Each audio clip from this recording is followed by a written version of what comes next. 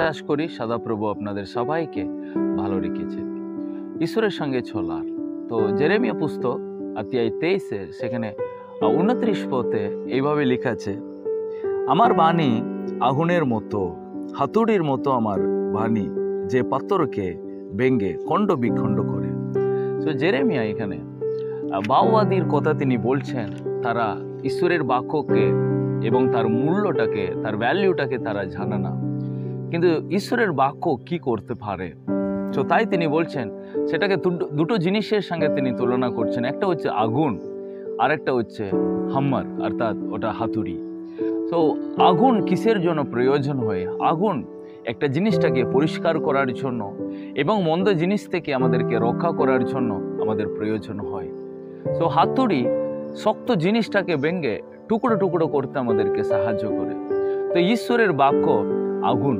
তো ঈশ্বরের বাক্যটা একটা জিনিসটাকে সূচি করে এবং সেই জিনিসটাকে পবিত্র করতে পারে। হ্যাঁ, ঈশ্বরের বাক্যটাই আমাদের জীবনটাকে পবিত্র করতে পারে।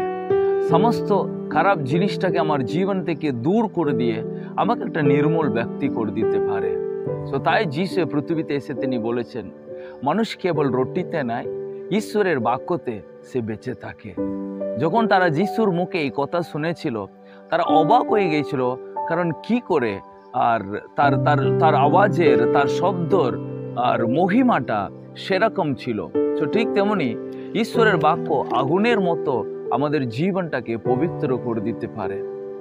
আগুনটাকে আমরা ব্যবহার করতে পারি আমাদের পশু জিনিসগুলো থেকে, আমাদেরকে নিজেকে আমরা নিরাপদে রাখতে পারি। তো ঠিক তেমনি শয়তানের সমস্ত চালাকের থেকে ঈশ্বরের বাক্য আমাদেরকে রক্ষা করতে পারে এবং ঈশ্বরের বাক্য আমাদেরকে নিরাপদে রাখতে পারে। আজকে ঈশ্বরের বাক্যটা আমাদের লাইফটাকে আমরা প্রতিটি মুহূর্তে ব্যবহার করতে হয়। প্রতি মুহূর্তে, প্রত্যেকটা পরিস্থিতিতে, প্রত্যেকটা অবস্থায় আমাদের লাইফের সঙ্গে ঈশ্বরের বাক্যটাকে আমরা ব্যবহার করার উচিত, কারণ অবশ্যই সেটা বড় হাতিয়ার। তারপরে লিখেছে সেটা হাতুড়ির মতো কি করতে পারে, সেটা পাথরকে ভেঙে খণ্ড বিখণ্ড করতে পারে। হ্যাঁ, যত বড় এই পাহাড়ের মতো যদি শক্ত জিনিস আমাদের জীবনের সামনে এলেও সেটাকে ভেঙে খণ্ড বিখণ্ড করে দিতে পারে। তো ঈশ্বরের বাক্য মানে এমন শক্তি আছে, এমন সামর্থ্য আছে, যত বড়ই হোক সেটাকে ভেঙে ওটা টুকরো করে সে ক্ষমতাটাকে সে হারিয়ে মানে ওই ক্ষমতাটাকে একবারই ক্ষমতাহীন করে দিতে পারে, তাই না ঈশ্বরের বাক্য। কারণ একবার তিনি আর একটা ঈশ্বরের দাস তার অর্গানাইজেশনকে একটা চিঠি লিখিয়েছেন। তিনি লিখিয়েছেন, আমি অনেক বছর এই এলাকায় সুসমাচার প্রচার করছি, কিন্তু কেউ আমার কথা শুনছে না। তো আমি আর পাচ্ছি না, আমি আর কিভাবে প্রচার করব আমি বুঝতে পারছি না। তিনি চিঠিটা লিখেছেন। তো উনি অর্গানাইজেশনের যিনি হেড, তিনি তাকে একটা লাইন লিখে তিনি পাঠিয়েছিলেন। তিনি বলেছিলেন, তুমি চোখের জলে তুমি প্রার্থনা করো, ঈশ্বর সবকিছুকে শক্ত জিনিসটাকে ভেঙে টুকরো করে দিতে পারে।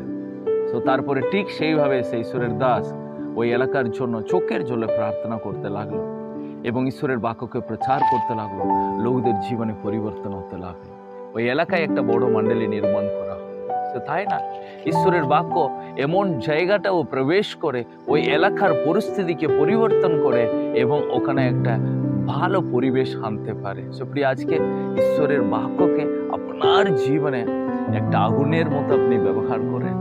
ঈশ্বরের বাক্যটাকে একটা হাতুড়ির মতো আপনি আপনার লাইফে আপনি ব্যবহার করেন, কারণ সেটা সবচেয়ে বড় হাতিয়ার।